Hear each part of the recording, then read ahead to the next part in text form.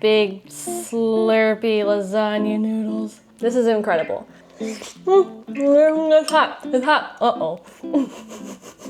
Some noteworthy details about this recipe. 1, it uses like 6 main ingredients. Ingredients you likely already have in your pantry that are just longing to be cooked up, okay? 2, it is stinking absurdly easy to make. I'm telling you, a 4-year-old could make this recipe. And thirdly, it is so delicious and it's really healthy and high in protein. Like, it's got 24 grams of protein per serving, which is pretty decent if you ask me. Now, when it comes to veggie prep, there's really only 2 things you gotta chop up. A little onion, small or medium-ish is fine, and 4 hunky cloves of garlic. That's literally it. That's the only chopping you have to do today. Now, if you want to take your veggie prep to a whole other level of lazy, which is totally acceptable, you could always just throw the onion and garlic into a food processor or like a food chopper and just go blitz, blitz, blitz until, you know, it's all chopped up. Because hey, if you don't want to bring a cutting board and a knife into this, that's fine. I support you. All right, time to bring out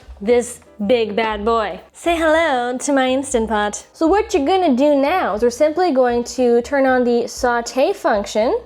I'm gonna keep it at like normal heat. And then since I'm just gonna water saute, I'm just gonna add a little splash of hot water into the pot. And then once that water starts to get a little bit steamy, you can add in your onion and garlic. Give it a little stir, and we're just going to saute for about 2 to 3 minutes, just until things start to get nice and softened and things are smelling fragrant. And while that magic happens, we are going to take some red lentils, which I've got in my jar here. We're gonna measure out 1.5 cups into a little sieve over the sink. We're gonna give them a good rinse because dried lentils can definitely carry a lot of dust and grit and debris, which we don't want in our lasagna soup. Name a better smelling combo than sauteing garlic and onion, okay? I dare you.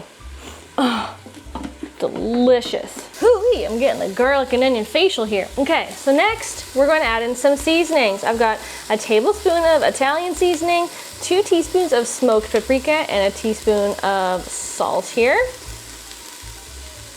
Plus a couple bay leaves just for good luck. 4 tablespoons of nutritional yeast. This is gonna add cheesy savoriness, some added B vitamins, and a little dose of protein, wouldn't you know it? I'm also gonna add a whole jar of marinara. This is one of my favorite brands that I get from Costco, Rao's. You can use really any pasta sauce you like. It doesn't even have to be marinara. It could be, you know, like a different flavor of pasta sauce. Basically, you do you. And then we need some more cooking liquids. So I'm gonna add in 6 cups of hot water that I just boiled.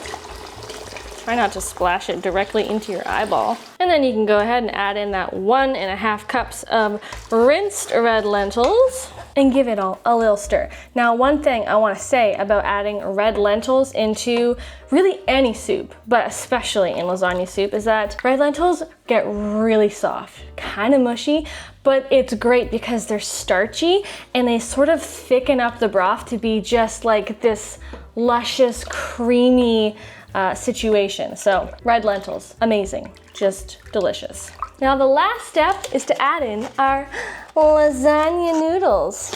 Now these can be whole wheat, that's what I'm using today because extra fiber, a little extra boost of protein, but if you're gluten-free, you can totally opt for any kind of gluten-free lasagna noodle, like a brown rice or a chickpea noodle. Now what we're gonna do is we're not gonna add these in whole. What we're gonna do is we're actually gonna break them into little pieces, about 2 to 3 maybe inches in length. Some of them will break unevenly, and that's fine, kind of like this. Not a huge deal. But try to break them into like 3 to 4 pieces each time. And you're just gonna drop them directly into the soup. I'm using 6 noodles here, which is about 130-ish grams. And then we're just gonna gently kind of give it one final stir. Make sure the lasagna noodles are submerged underneath the liquid, which shouldn't be too hard of a task because there's a lot of liquid in here. Now you're simply gonna put on the lid. Yoink. Set it to sealing. We're going to turn off the saute function. which I probably could have done like a couple minutes ago, no big deal. Then we're gonna put it onto manual pressure cook. You can set it to high pressure, and we're gonna only cook it for a total of 5 minutes. And another amazing tip I have for you that you can do really easily is subscribe below. No, seriously, it's a good time here. We have lots of fun here. I post recipes at least twice a week, and we do high protein. Things are healthy around here, always plant-based, mostly gluten-free. Everything's easy and delicious. And we just have a good time here. It's like the vegan place to be. So if you're not already, subscribe, maybe consider hitting that notifications bell so that you get a little when I post new content, and you're among the first ones to see it. Pretty sweet, if you're asking me. Okay, people, it finished cooking 5 minutes ago, so I've just been letting it naturally pressure release for 5 minutes. Now I'm going to quick release and let all the pressure come out over the next 5-10 minutes, however long it takes to depressurize. And then it'll be time for the grand reveal. Ooh. Smells like lasagna. Now, one thing I totally forgot to add was black pepper, so I'm just gonna do that right now. Oh my gosh, you guys, look at how thick that got from the lentils. Big slurpy lasagna noodles. And it's actually only gonna continue to thicken up as it cools, which is pretty sweet. So I really like to add some vegan Parmesan cheese. So I'm gonna use some of this Violife vegan parm. It's like this nice, hard, very grateable block. I just use my microplane. You can use any kind of vegan parm you like, or if you don't want to use a store-bought vegan parm, you can always just add an extra tablespoon of nutritional yeast on top, which also kind of gives parmy, cheesy vibes. I love adding fresh basil to my lasagna. So I'm just gonna use some that I grew myself. And behold! Oh my gosh, you guys. Yummy! This looks so good. Ooh, that's hot bowl burning fingers.